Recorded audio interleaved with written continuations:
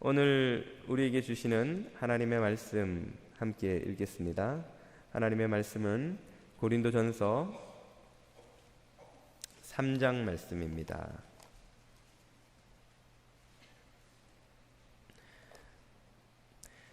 고린도전서 3장 8절에서 15절까지의 말씀을 읽겠습니다.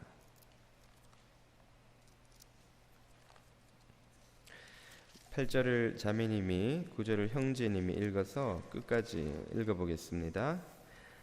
심는 이와 물 주는 이가 한 가지이나 각각 자기가 일한 대로 자기의 상을 받으리라.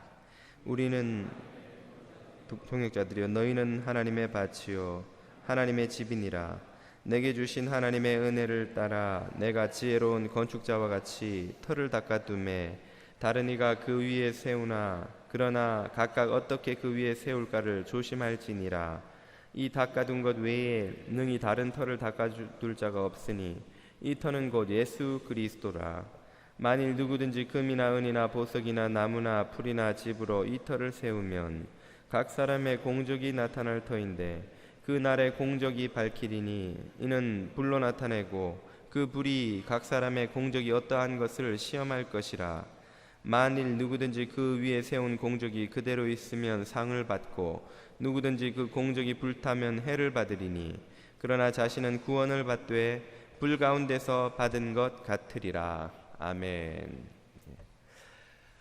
우리가 믿음으로 구원을 얻는다는 것을 알지만 그래도 뭔가 선한 삶을 좀 살아야 우리의 구원이 확실해지고 안전해지는 것이 아닌가 하는 생각이 들 때가 있습니다.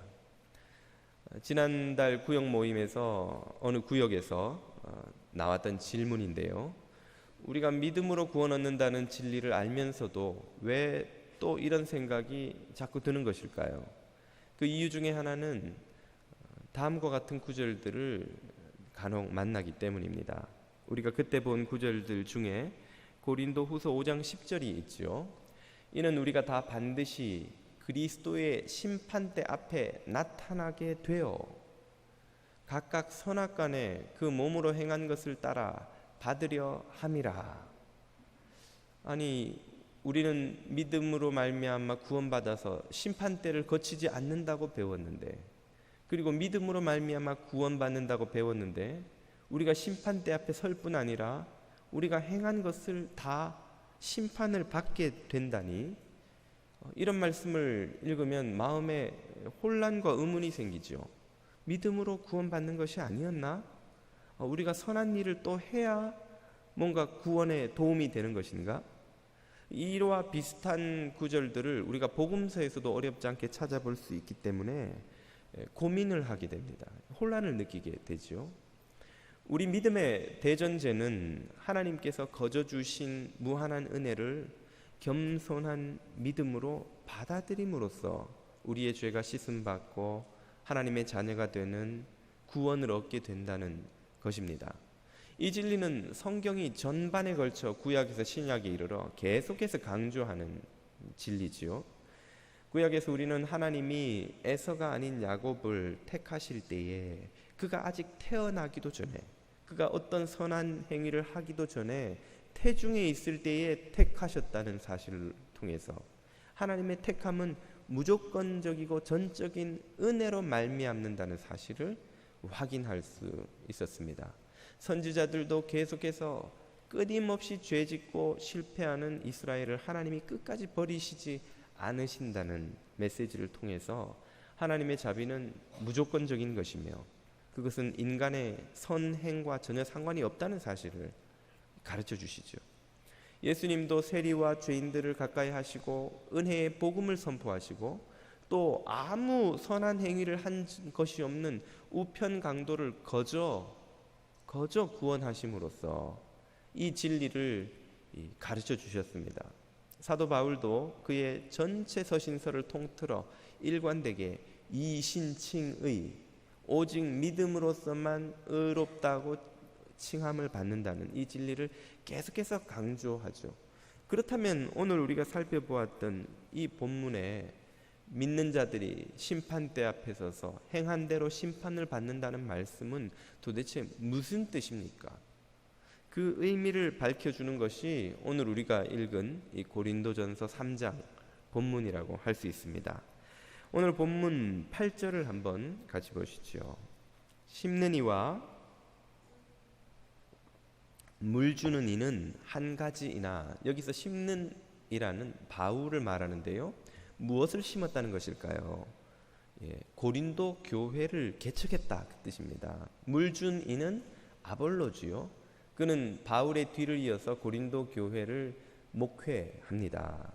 고린도 교우들을 돌보아서 양육하고 성장시키지요. 고린도 교회를 개척한 바울이나 고린도 교회를 후에 목회한 아볼로나, 요즘 말로 하자면 원로 목사나 후임 목사나 뭐 이런 정도가 되겠습니다.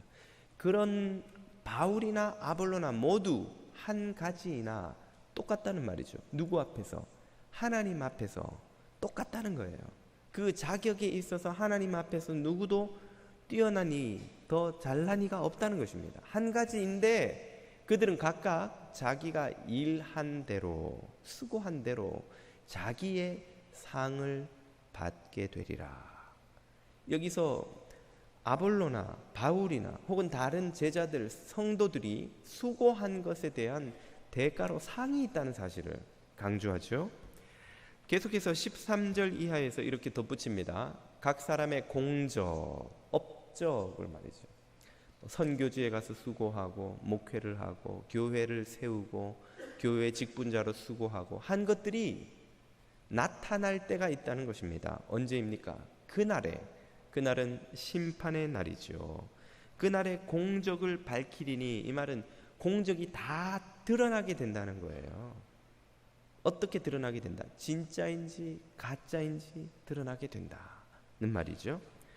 이는 불로 나타내고 그 불이 각 사람의 공적이 어떠한 것을 시험할 것이라. 불을 붙여보면 앞에 본문에 예로 들었던 금, 은 등은 그대로 남아있지만 지푸라기는 불 속에서 다 타서 재가 돼버리고 말죠.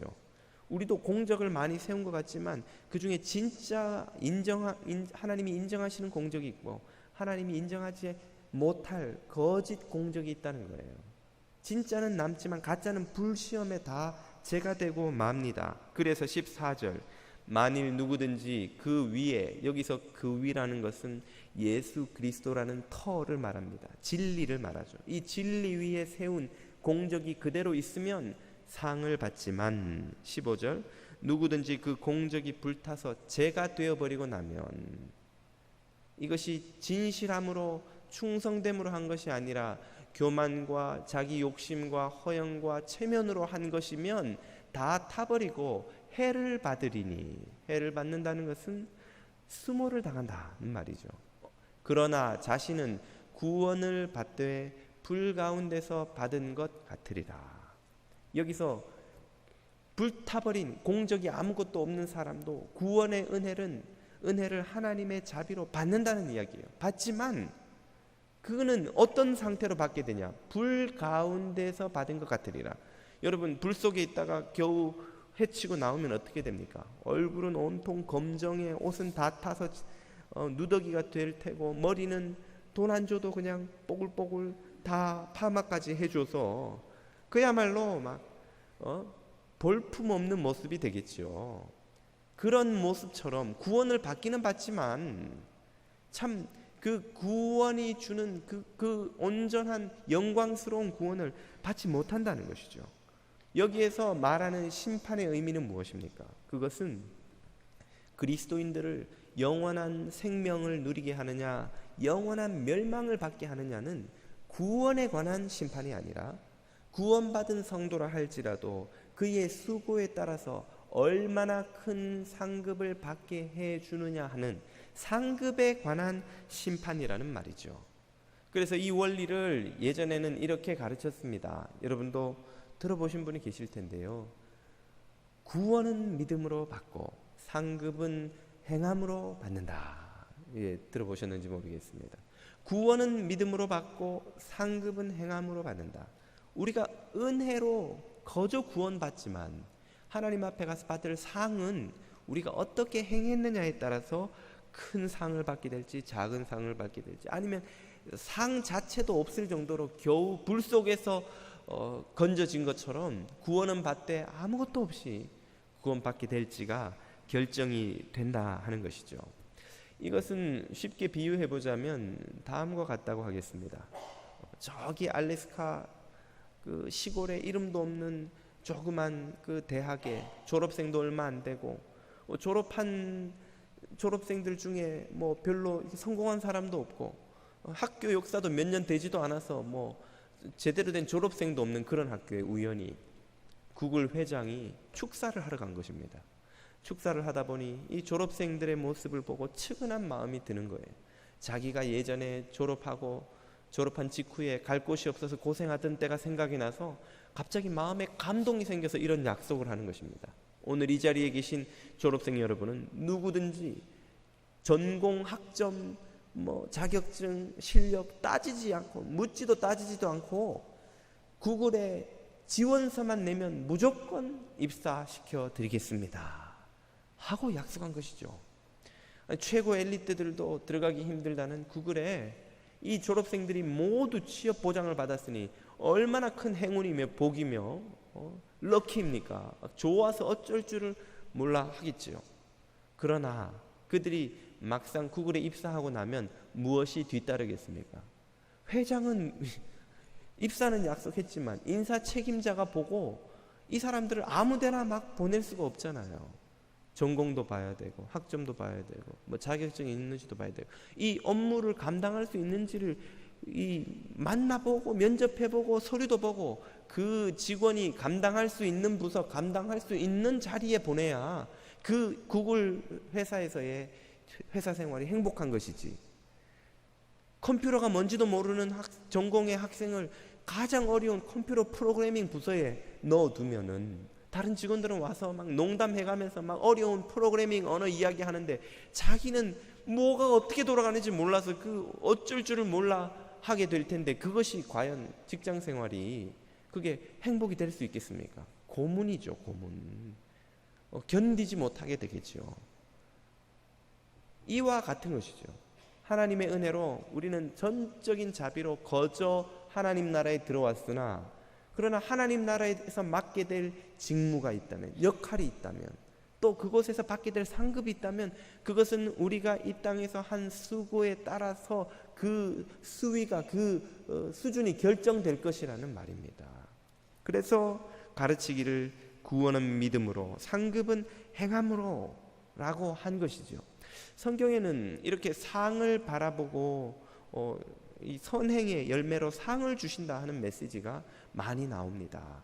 그런 본문 중에 몇 개만 함께 보시면요, 히브리서 11장 6절입니다. 하나님께 나아가는 자는 반드시 그가 계신 것과 그가 자기를 찾는 자들에게 상 주시는 이심을 믿어야 할지니라. 26절로 가시면, 모세는 그리스도를 위하여 받는 수모를 애굽의 모든 보화보다 더 큰 재물로 여겼으니 이는 상 주심을 바라봄이라. 상을 바라봤다는 것이에요.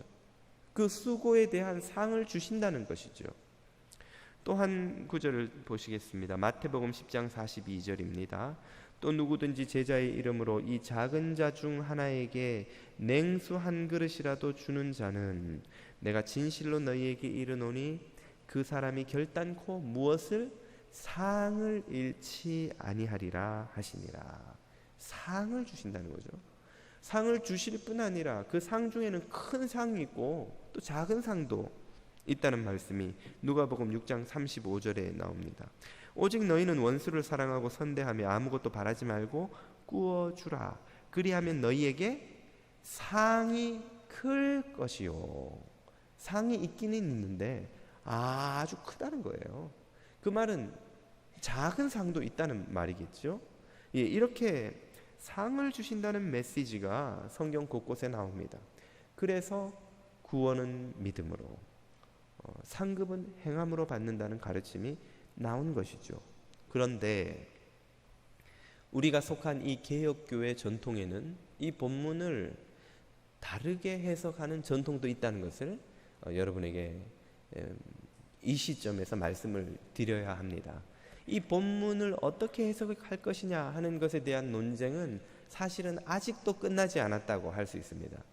이 상에 대한 해석을 다르게 해석하는 전통은 무엇이냐? 그것은 이 본문이 말하는 상이란 곧 우리가 예수 그리스도의 은혜로 받게 된 구원의 결과로 누리게 된 영생의 삶, 그 자체라는 거예요.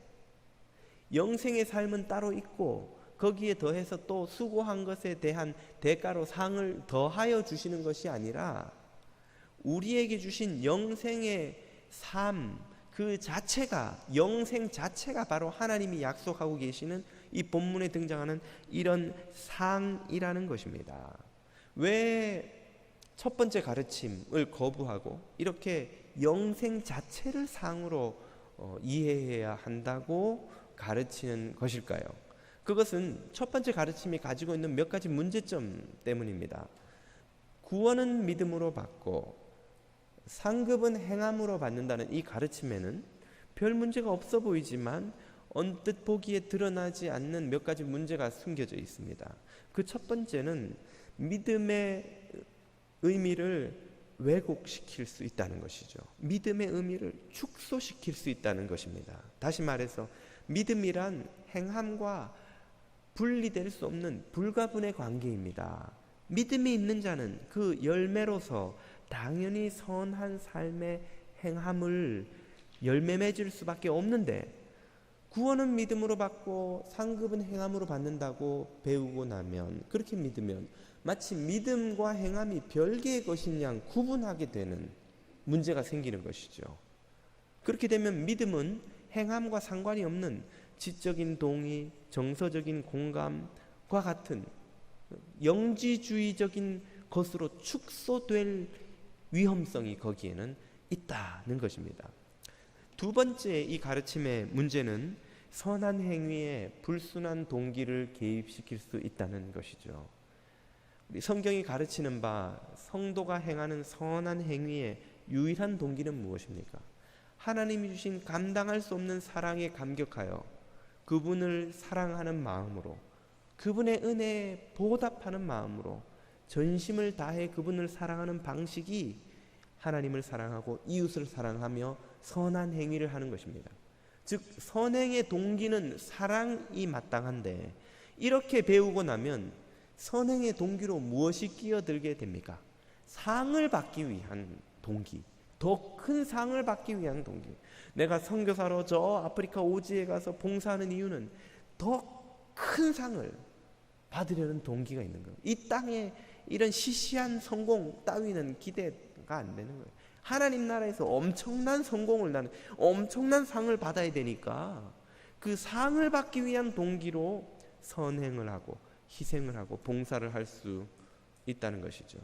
이것은 선한 삶을 삶으로써 구원을 얻을 수 있다는 율법주의적 가르침과 그 동기 수준에 있어서 별로 차이가 나지 않는다는 것입니다.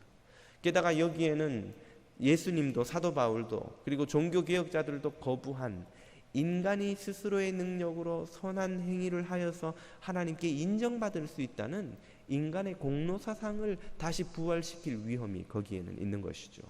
성경은 가르치기를 인간에게는 선을 행할 능력이 없는 전적으로 부패한 존재라고 합니다. 우리가 무언가 선한 일을 한다면 그것조차도 하나님이 주시는 은혜로만 가능한 것인데, 이렇게 배우고 나면 그 하나님이 주시는 상급을 내가 하는 선한 행위로 공로를 쌓아서 인정받아 획득할 수 있다고 믿게 되기 때문에 그것은 공로사상을 부활시키는 것이죠. 마지막으로 또 하나의 문제는 하나님 나라에도 계층적 구조가 있게 되리라는 이 생각을 갖게 한다는 것입니다. 여러분, 상에 크고 작음이 있다면, 지위에 높고 낮음이 있다면 이 땅에서도 부자와 가난한 자, 고위직과 서민들, 또 권력 있는 사람과 권력 없는 사람들의 이 계층적 구조 때문에 서러움을 당한 게 힘든데, 하나님 나라에까지 가서 그 계층으로 줄을 서야 되면 얼마나 그게 힘들겠냐는 거예요. 이 땅에서는 몇십 년만 이 약 물고 버티면 되지만 하나님 나라에 가서는 영원히 그게 바뀌지 않는다면, 기회가 없다면 얼마나 그런 삶이 힘들겠냐는 것입니다. 이건 역시 율법주의와 공로 사상을 불러일으킬 수 있는 위험이 거기에는 있다는 것이죠. 그래서 이런 위험성 때문에 성경 본문이 말하는 그 상을 영생 외에 또 다른 어떤 상, 보상으로 여기면 안 되고 하나님이 주시는 영생 그 자체로 이해해야 한다고 가르치는 것입니다. 성경에는 이런 가르침의 메시지가 많이 역시 있지요. 그 중에 한두 곳만 살펴볼 텐데요. 누가복음 15장 37절을 보면 예수님의 유명한 탕자의 비유의 한 대목입니다.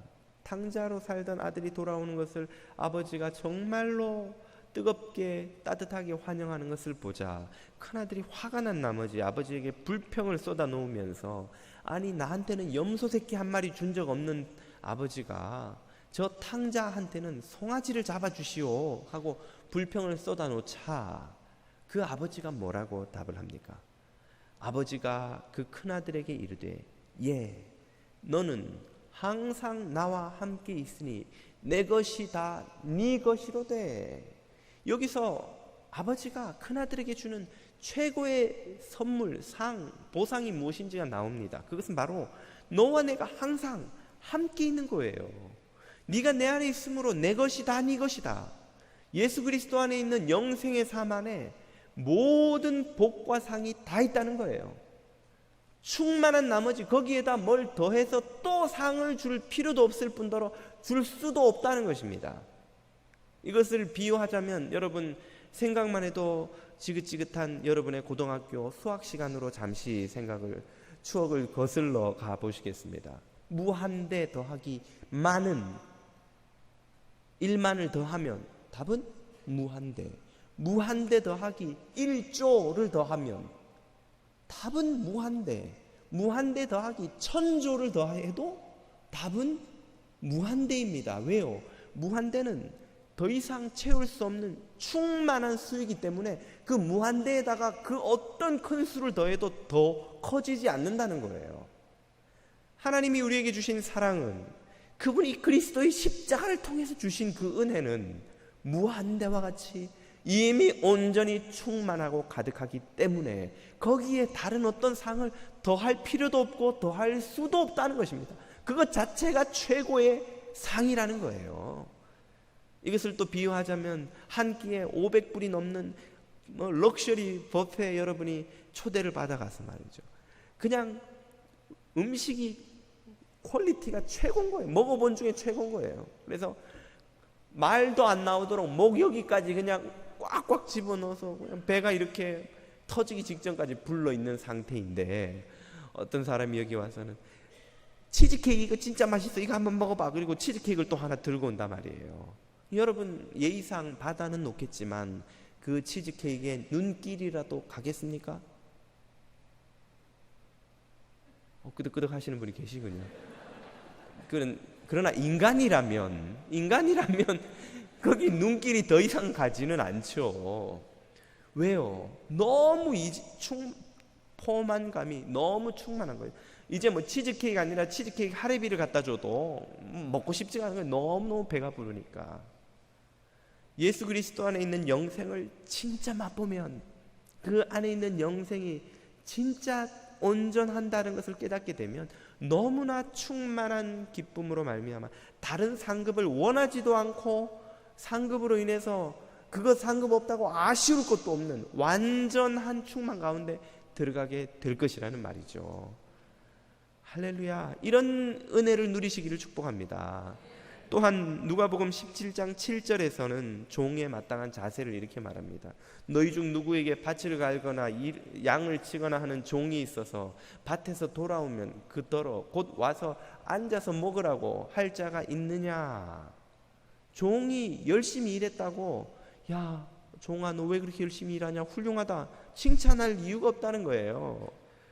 10절 이와 같이 너희도 명령받은 것을 다 행한 후에 그리스도의 제자라면, 하나님 나라의 일꾼이라면, 은혜로 구원받아 형언할 수 없는 생명을 받아 누리는 하나님의 자녀라면 그 모든 것을 행한 후에 이르기를 우리는 무익한 종이라 우리가 하여야 할 일을 한 것뿐이라 할지니라. 아멘.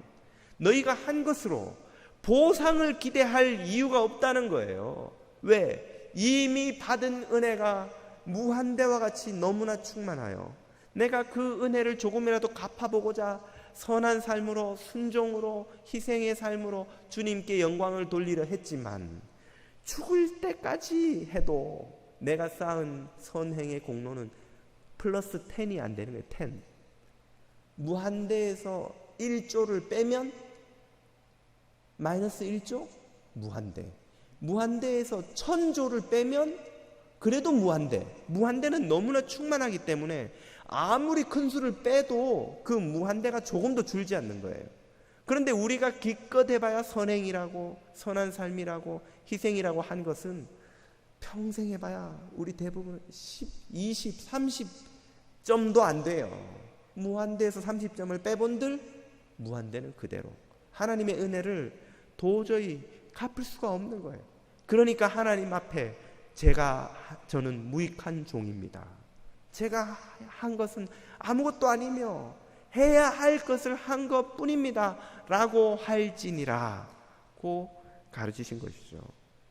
우리가 저 아프리카 오지에 가서 죽을 때까지 선교 사역을 하며 가난한 이들을 돕고 아픈 이들을 치료하고 해서 무슨 슈바이처 같은 마더 테레사 같은 선한 삶을 살았다 할지라도 사도 바울이 말하기를 심은 우리나 물준 아볼로나 하나님 앞에서는 다 한 가지로되 하나님 앞에서는 다 죽을 죄인이로되 거저 은혜로 구원받은 자격 없는 종이로되 그것으로 어떻게 하나님의 은혜를 갚았다고 할 수 있냐는 것이죠.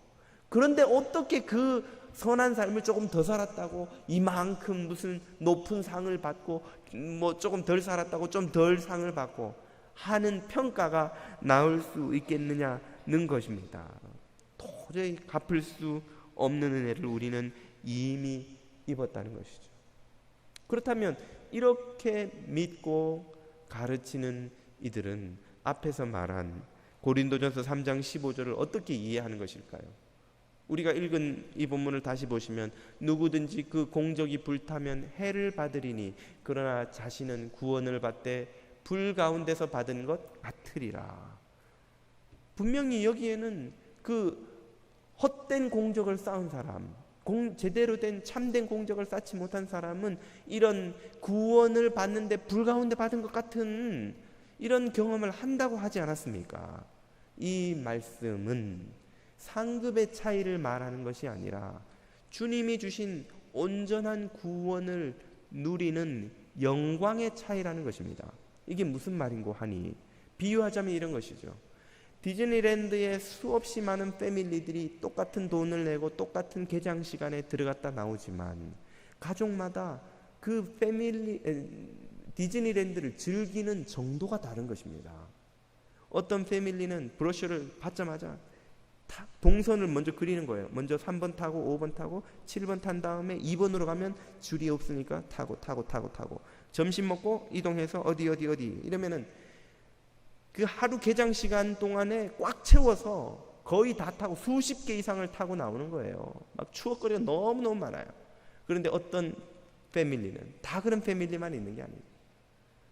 일단 개장 시간은 9시인데 한 10시 반쯤 도착해서 문 열고 딱 들어가면 제일 먼저 보이는 거 저거 타자 1시간 반 줄 서고 그거 타고 나면 그 다음에 가다가 눈에 띄는 저거 탈까? 그러면 2시간 줄 서고 2개 타고 나면 중간에 점심 먹어야 돼요. 점심 먹고 나면 아이고 다리 아파서 우리 30분만 쉬다가 1시간 좀 쉬다가 또 안 타고 가면 돈이 아까우니까 또 저것도 탈까? 그래서 다 하나 타고 이렇게 하루 종일 해봐야 5개, 6개밖에 못 타고 해지면 집에 가자 그리고 가버리는 패밀리도 있는 거예요.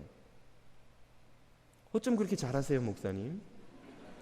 그런 패밀리를 아침 저녁으로 저는 보면서 살거든요. 저희 가족은 가면 5개 이상은 뭐든지 어디를 가든지 똑같은 돈 내고 똑같은 개장 시간에 똑같은 데를 들어갔다 나와도 패밀리에 따라서 그 놀이공원을 즐기는 정도가 다른 겁니다. 그것처럼 하나님이 우리에게 주신 이 무한대의 영원의 복된 생명을 우리에게 주셔도 그것을 누리는 사람의 이 상태에 따라서 누림의 정도가 다른 거예요. 영광을 누리는 정도가 다른 거예요. 어떤 사람은 예수 그리스도를 닮아가는 삶의 기쁨을 발견한 나머지 하나님 앞에 무릎만 꿇으면 하늘로부터 은혜가 폭포수처럼 쏟아져서 그 마음에 감사와 감격과 은혜와 기쁨으로 충만하며 아침에 감사함으로 눈뜨고 밤에 찬양함으로 잠이 들고 수고를 해도 봉사를 해도 교회를 섬겨도 선교를 가도 형제와 함께 뭘 해도 마음의 기쁨이 넘쳐서 그저 나 같은 인간을 이 귀한 사역에 불러주신 주님이 고마워서 하나님의 은혜로 매일매일 섬기는 이들, 그들은 이미 마음속으로부터 예수 그리스도를 닮아가서 주님과 남이 모르는 허니문을 즐기는 거예요. 신혼부부가 행복하듯이 둘만 아는 주님과 하는 그 행복감에 평생을 그 감사와 감격으로 사는, 그래서 그 하나님 나라라는 놀이공원을 속속들이 즐기는 이가 있는가 하면, 어떤 사람은 놀이공원에는 들어왔는데 예수 믿는 세계에는 들어왔는데 은혜는 입었는데 그 은혜의 크기를 알지 못한 채 자기 공로로, 자기 노력으로, 자기 체면을 위해, 자기 이기적인 욕심을 위해, 자기 교만한 마음으로, 자신의 헛된 생각으로 하나님을 외면한 채 자기 생각으로 달려가는 거예요. 열심히 달려가서 엄청난 집을 지은 줄 알았는데 불이 확 지나가고 나니까 다 타서 지푸라기만 남은 것이죠. 하나님이 주신 구원을 모르는 거예요. 내가 준 이 구원을 얼마나 누렸느냐. 왜? 그게 뭔데요? 구원의 세계에 들어왔는데도 그것이 무엇인지 모른 채 이 은혜를 누리며 은혜에 감격하며 은혜를 힘입어 살아가는 것이 무엇인지 모른 채 살아가는 이들도 있다는 것이죠. 그게 바로 영광의 차이라는 거예요. 구원에 누리는 영광의 차이. 그래서 마틴 루터는 말하기를 구원에 있어서는 만민이 동일하나 영광에 있어서는 결코 동일하지 않다고 하였습니다. 은혜로 구원받은 것은 다 똑같지만 그 은혜를 누리는 정도에 있어서, 그리스도를 닮은 정도에 있어서, 그래서 하나님 나라의 그 영광을 누리는 정도에 있어서는 다 다르다는 거예요. 이 본문이 바로 그 차이를 말한다는 것입니다. 어느 것이 진리입니까? 구원은 믿음으로 받고 상급은 행함으로 받는다는 것이 진리인가요? 아니면 하나님의 은혜로 받은 구원이 이미 충만하여 더 이상의 상급이 필요 없다는 이것이 진리입니까? 개혁교회 안에서 이 논쟁이 오래 지속되어 왔고 아직도 사실은 완전히 결론이 난 것이 아닙니다. 그러나 분명한 사실은 우리의 수고와 선행이 상급의 차이를 가지고 오든 구원의 영광의 차이를 가지고 오든 분명히 어떤 차이를 일으킨다는 것이죠. 그러면 그 차이 때문에 앞에서 걱정하던 공로사상, 율법주의 혹은 믿음에 대한 왜곡 등이 문제가 생기지 않겠습니까? 우리가 그런 어리석은 생각에 빠질까봐 우리의 처지를 다 아시는 주님께서, 자비로우신 주님께서 이미 그에 대한 답을 주신 거예요. 그 답이 바로 마태복음 19장에 등장하는 부자 청년의 이야기입니다. 여러분 잘 아시는 부자 청년이 예수님을 쫓아와서 주님을 따르겠다고 하자 주님이 그에게 너의 가진 것을 다 팔아 가난한 자에게 나누어 주고 따르라고 말씀하시는 바람에 그만 낙심하여 돌아가 버리고 말았죠. 그 대화를 옆에서 보고 있던 베드로와 제자들이 베드로를 시켜가지고 주님에게 질문을 하는 거예요. 본전 생각이 난 것입니다. 이에 베드로가 대답하여 이르되 보소서 우리가 모든 것을 버리고 주를 따랐사온데, 저 부자 청년은 못 버리고 실패하고 돌아갔지만 우리는 다 버리고 주님을 쫓아오지 않았습니까? 그렇다면 우리에게는 더 큰 상이 있어야 하지 않겠습니까? 바로 오늘 우리가 다루고 있는 이 주제인 거예요. 뭐라고 묻습니까? 그런즉 우리가 무엇을 얻으리까 하고 묻자. 예수님께서 베드로와 제자들이 그토록 듣고 싶어 했던 말씀을 해주십니다. 그것은 예수께서 이르시되 내가 진실로 너희에게 이르노니 세상이 새롭게 되어 인자가 자기 영광의 보좌에 앉아 재림하는 것을 볼 때에 나를 따르는 너희도 12보좌에 앉아 이스라엘 12지파를 심판하리라. 엄청난 하나님 나라에서 엄청난 높은 지위를 얻게 되리라. 얼마나 이들이 듣고 싶었던 이야기인지요. 와, 우리가 고생한 보람이 있구나 하고 있는 바로 그때에 예수님이 그러나 라고 초를 치시면서 들려주신 비유가 바로 포도원 주인의 비유입니다. 진짜 비밀은 여기에 숨어 있는 거예요. 이 마태복음 20장에 등장하는 포도원 주인의 비유는 2009년 10월 18일에 천국은 공평한 곳인가 하는 제목으로 제가 이미 설교를 했기 때문에 오늘 설교는 여기에서 마치고 돌아가셔서 인터넷에서 다 들어보셔요 라고 말씀드리면 여러분이 나가시는 길에 한 장도 안 사실 것 같아서 제가 짧게 요약해 드리겠습니다. 포도원의 비유가 내용이 무엇입니까? 포도원 주인이 포도원에서 일할 일꾼을 아침부터 나가서 오후 5시까지 계속 데리고 오는 거예요. 어떤 일꾼은 아침 9시, 어떤 일꾼은 11시, 어떤 일꾼은 1시, 3시에, 5시에까지 옵니다. 그래서 이제 일을 하려고 하는데 6시에 땡 하고 일과가 끝난 거예요.